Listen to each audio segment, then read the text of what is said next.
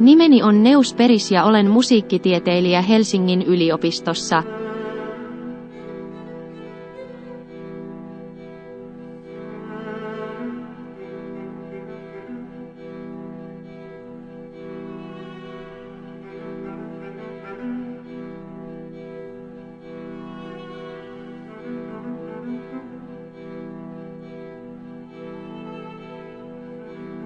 Mukana on eläintieteen tohtori Guillaume Renaud Oulun yliopistosta.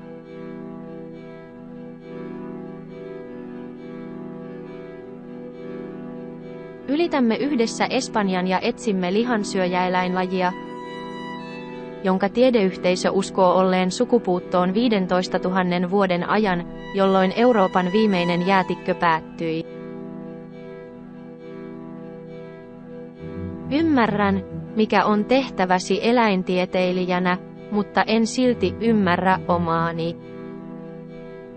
Tohtori Renaud sanoo, että musiikki kesyttää pedot ja että musiikillinen tietoni auttaa meitä saamaan tämän esihistoriallisen lihansyöjän kiinni.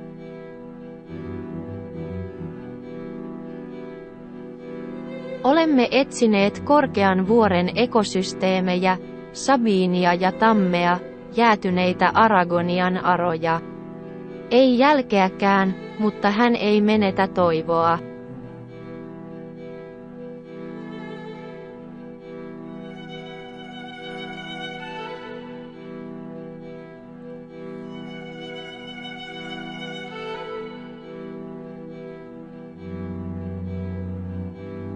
Ajan autolla hiekkateitä pitkin muinaisen jäätikköpiirin suuntaan, jossa ei tällä hetkellä ole jäätä tai jäätiköitä, mutta laguuneja.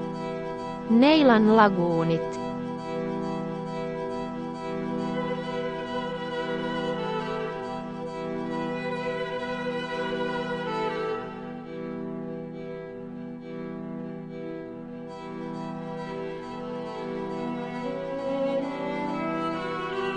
Kävelemme vanhan jäätikköpiirin huipulle ja odotamme siellä tuntikausia näkemättä mitään siitä, mitä etsimme.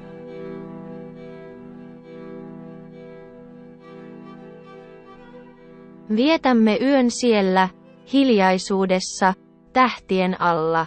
Ajattelin jotain musiikkikappaletta siltä varalta, että olisi tapaaminen, ja nukahdin.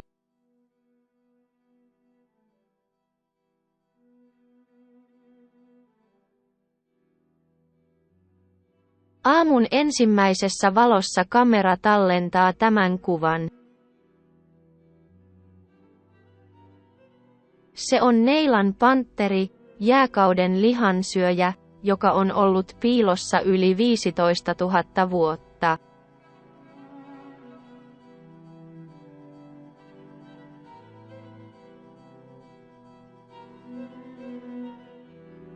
Ensimmäisellä huolimattomuudella pantteri hyökkää kimppuuni ja kaataa minut maahan. On musiikkiterapian aika.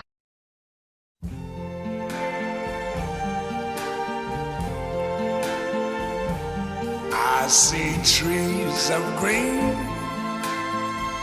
red roses too. Tohtori Renaud tanssi pantterin kanssa ja muutaman minuutin kuluttua pelottava jäätikkölihansyöjä liittyi joukkoomme.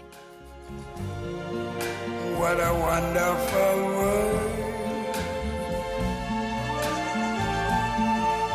Pantteri päätti, ettei hän enää halunnut asua yksin ja piiloutui ja kysyi, voisiko hän tulla kanssamme. Ja me sanoimme hänelle kyllä. And I think to myself, what a wonderful